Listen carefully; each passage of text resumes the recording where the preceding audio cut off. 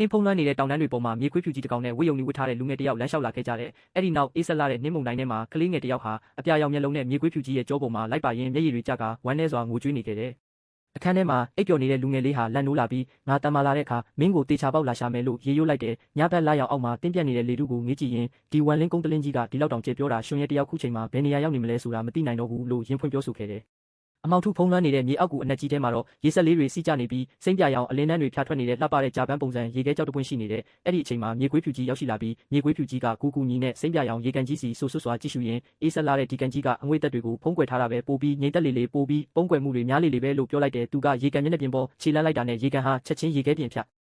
ပြောင်းလဲသွားခဲ့တယ်ဒီလိုနဲ့ရေခဲလမ်းကြောင်းအတိုင်းလျှောက်သွားနေတော့ရုတ်တရက်ရေကန်ထဲကနေစိမ့်ပြရောင်အေယာမရေနဂါတတဝါကြီးတကောင်လေထဲကိုဒေါသတကြီးခုန်ထွက်လာခဲ့တယ်မြေခွေးဖြူကြီးကသူ့ရဲ့ရေခဲစွမ်းအားနဲ့ဒိုင်းကတစ်ခုဖန်တီးလိုက်ပေမဲ့ရေနဂါကြီးကဒိုင်းကကိုအရက်ဆက်ဆုံးထိခိုက်ရိုက်ခွဲလိုက်တယ်ရေနဂါကြီးကပါဆက်ကနေထက်ရှာတဲ့ရေခဲများစုတွေကိုအဆက်မပြတ်ပြစ်လွတ်လိုက်ပေမဲ့မြေခွေးဖြူကြီးကလျင်မြန်စွာပုန်းရှောင်နိုင်ခဲ့တယ်အဲ့ဒီနောက်မြေခွေးဖြူကြီးဟာရေကန်ပေါ်မှာရေခဲပန်းပွင့်ပုံစံလမ်းကြောင်းတွေကိုအမြန်ဆုံးဖန်တီးရင်းလေထဲကိုတဟုန်ထိုးခုန်တက်သွားခဲ့တယ်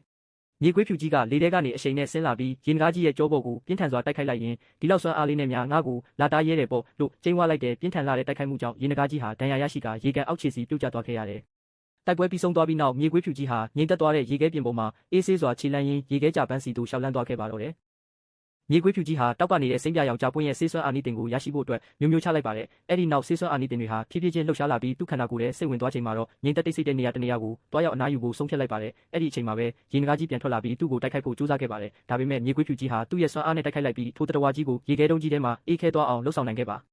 တဲ့ရေခဲလုံးကြီးကွဲကြေသွားချိန်မှာတော့အထက်ကနေရွှေရောင်တောက်ပနေတဲ့အလင်းလုံးကြီးတစ်လုံးထွက်ပေါ်လာခဲ့ပါတယ်။အဲ့ဒီအလင်းလုံးကိုမြေခွေးဖြူကြီးကမျိုးချလိုက်ပြီးဂူအတွင်းကကြောက်တုံးပေါ်မှာအေးချမ်းစွာအိတ်ဆက်အနားယူလိုက်ပါတယ်။အိမ်မက်ထဲမှာတော့သခင်လေး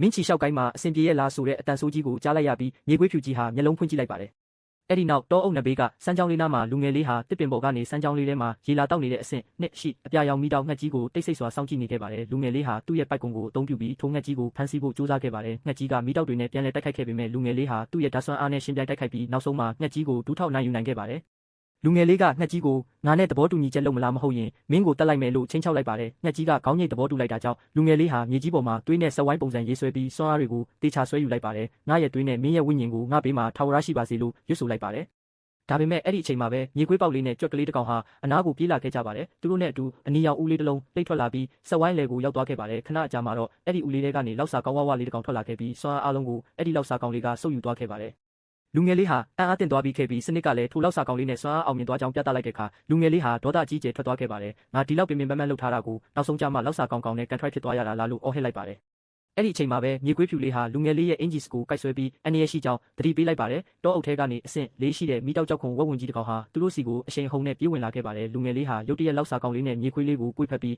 အသက်လွတ်ရုန်းကန်ပြေးလွှားရပါတော့တယ်။